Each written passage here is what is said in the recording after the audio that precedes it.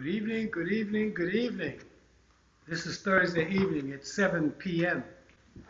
And I'm Thurman Evans, the pastor of Morning Star Community Christian Center Church, New Jersey, 1009 Chandler Avenue. And when things get back to normal, we want you to come by and visit us and share in the Morning Star experience. I know what you're saying before you even say it. I know what you're saying. Not the way things normally look.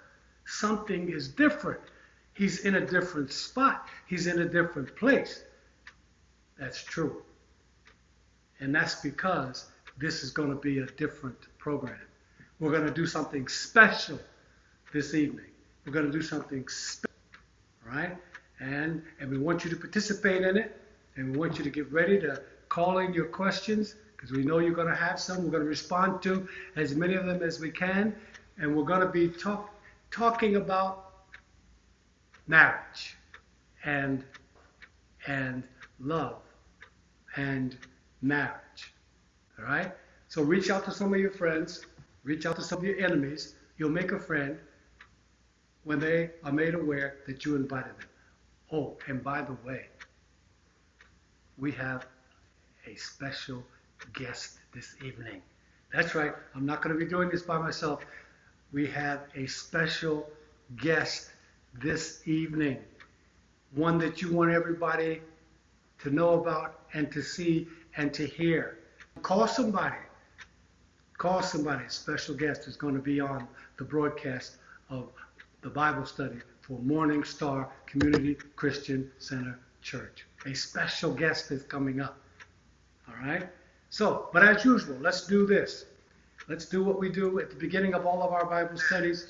We hold up our Bibles and repeat after me. And because of our special studio circumstances here, please forgive my being seated, which I have to be because of the special circumstances of the studio. But you know, we stand and we hold up our Bible and we say, repeat after me, this is God's holy word. Believe it and achieve it. Now, so 1 Corinthians 13, beginning at verse number 4.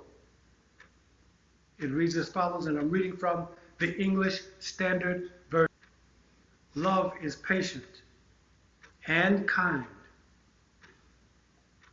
Love does not envy. Love does not boast. It is not, nor is it rude. It does not insist on its own way. It is not irritable. It is not resentful. It does not rejoice on wrongdoing, but it rejoices with the truth. Love bears all things. Love believes all things. Love hopes all things. Love endures all things. Love never ends. And some versions say love never fails. The word of God for God's people. Now, so let's get into this. But first, what I want to do right now is I want to bring on our special guest for this evening's special Bible study. And I already gave you the subject, so you can begin to text in your questions or suggestions even now. We're not going to be at this all night long. So as we used to say in church, if you have a burning testimony or a burning question, get it in while you can. Get in while you can fit in. But ladies and gentlemen, sisters and brothers, family members, friends, and even those who don't particularly like us, we still love you. I want to welcome as our special guest this evening. Let's put our hands together for Lady V. Lady V. Welcome, welcome, welcome, welcome. Thank welcome, you, Pastor. welcome, Husband, welcome, welcome, welcome, friend, welcome, lover. welcome. Get this. Hello, everybody. So this is the reason we have this special guest here this evening. On this very day, July 30th, 54 years ago, we were married. Today, July 30th, is our 54th wedding anniversary. In fact, you know, my wife just celebrated her 75th wonderful birthday just a couple of days ago. And here we are today celebrating our 54th wedding anniversary. And as I said, we want to talk about marriage, we want to talk about love, and we want to hear from you. We want to respond to any questions that or issues that you may have as we endeavor to be as helpful as we can. Our 54th anniversary. 54 years. That's more than a half a century. Wow. Unbelievable. It's like, how did that happen?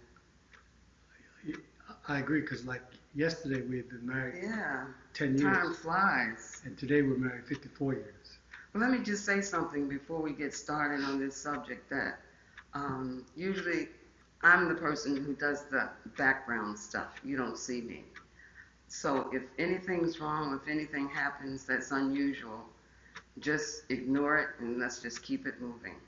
Because another thing is that the person who is going to help me, they can't do it now. So let's just have a good time. And I'm so happy to be before you today because 54 years of marriage, we have a lot to say. I'll say, but most of it we're not going to say, but. Oh no, we could say it. Yeah, well, that's true too. Yeah, we could say it. So where to begin? Where to begin? To keep from telling the whole story, for which we do not have time. Many of you have heard me tell the story of how we met, and it was at a church convention. Right. Church convention, youth convention. Yeah. And we were at the picnic of that convention. Yeah. Correct? And we went to. We were 12 and 13. We didn't know each other. That's true. 12 and 13. And we had just met. We didn't get married. We had just met. But I was 13 and she was 12. And all the kids were at the bottom of the hill, and of course, many of you have heard the story before. And it was a halfway cloudy day, and somebody said, "Let's go to the top of the hill." And all the kids just ran to the top of the hill. And when we got to the top of the hill, at the bottom of the hill, it was cloudy. At the top of the hill, the clouds began to break. Sunshine broke through the clouds, and a few rays of sunshine came down right on Lady B, right on her. That's how I saw her, because those sun rays came down and landed on her, and which of course distinguished and set her apart from everybody else. And from that moment, here we are. Well, not 54 years from that, because we were just 13 and 12 then, because we had to finish, I don't know, what? Elementary school.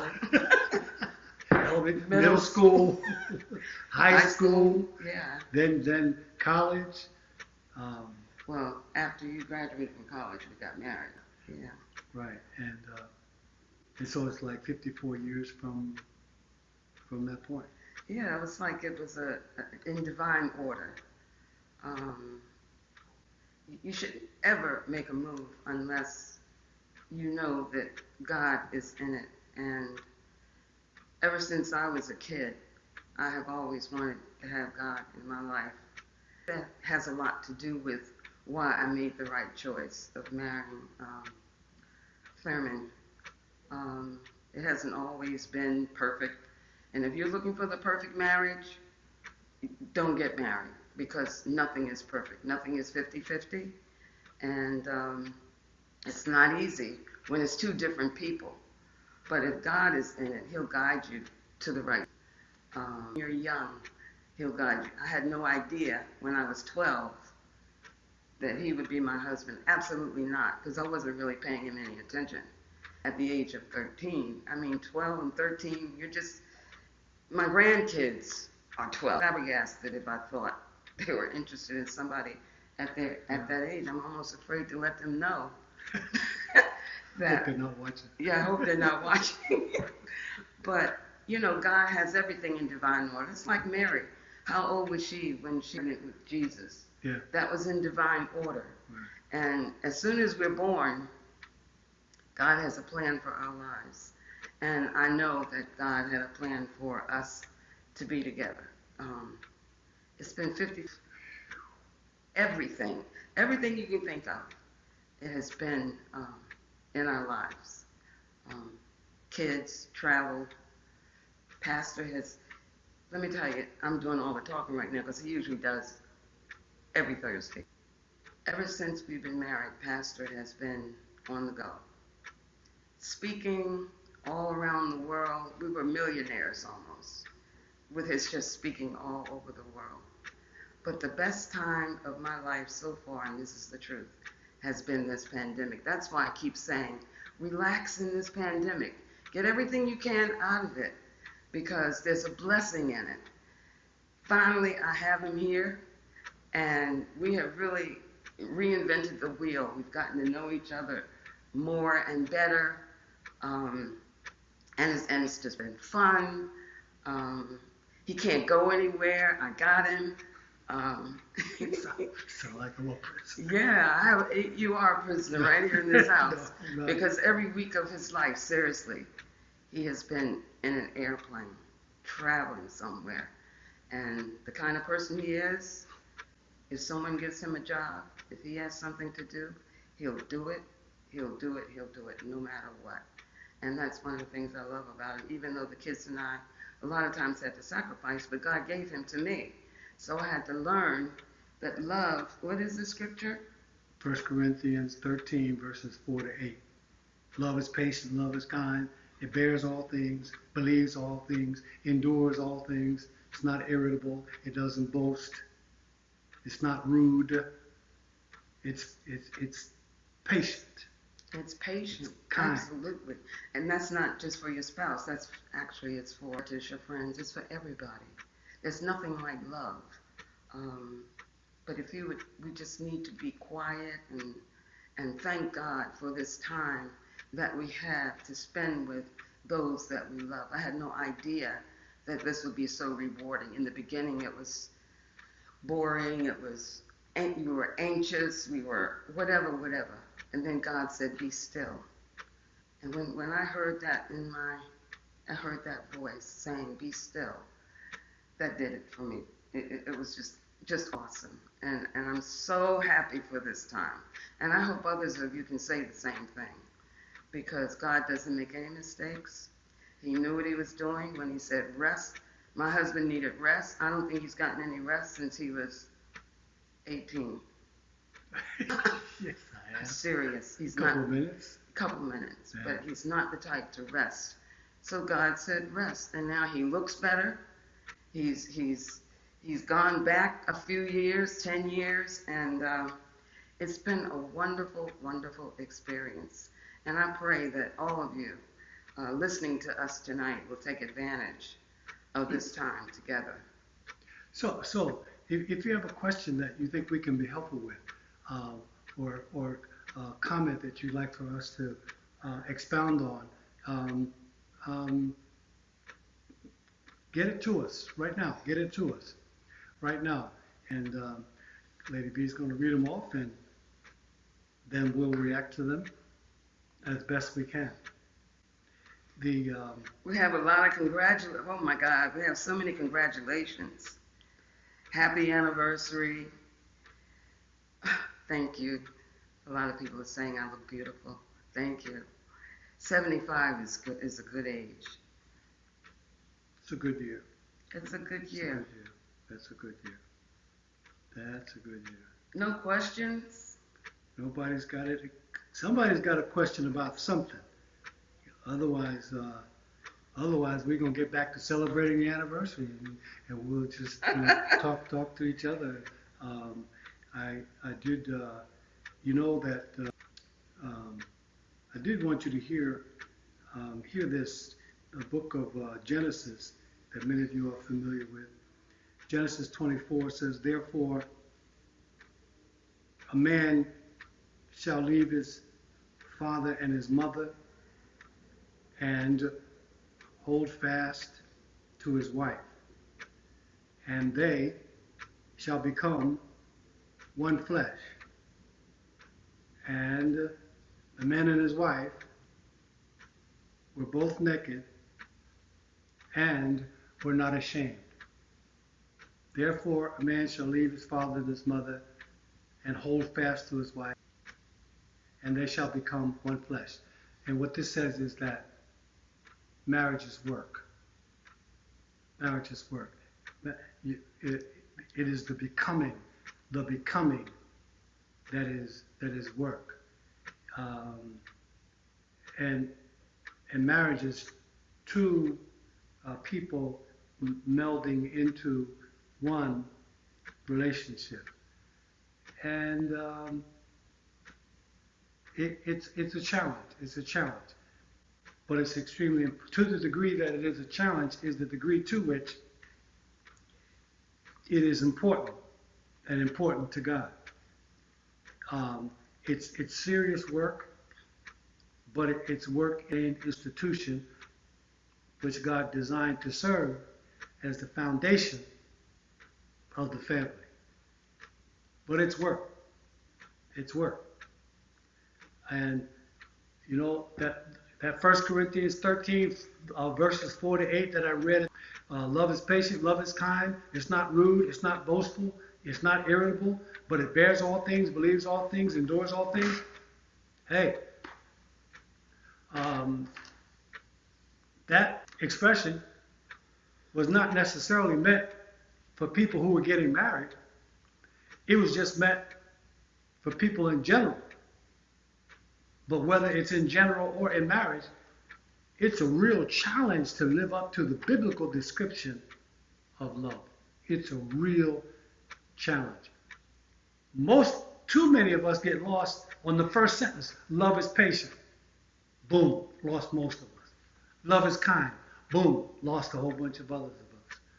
And so love is the main thing. And in John 13, Jesus says to his disciples and followers, he says, I give you a new commandment, that you love one another. By this, all people know that you have love for one another.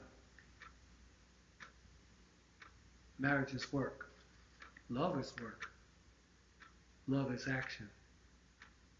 A part of that, in Corinthians, it says, love never fails. But where there are prophecies, they will cease. Where there are tongues, they will be stilled. Where there is knowledge, it will pass away. So we really need to get that into our hearts and our minds, that the main thing right now is love. If you don't know how to love, you need to learn how to love, because it never fails. It never ceases. And it'll make you happier, make you live longer. We practice love. Even though we don't always agree, we practice love. I don't always have my way. A lot of things didn't go my way when we first got married.